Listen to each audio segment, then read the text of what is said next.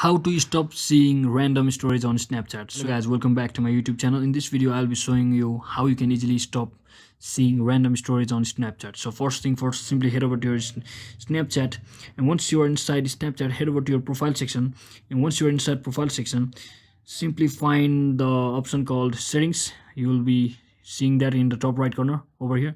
Once you click on it, simply head over to the option called uh, contact me first, and just make sure it's the only turned on, enabled to the friends option only, like this.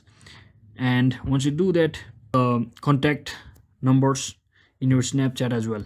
So after you do that, you simply see over the section called see me in the quick add.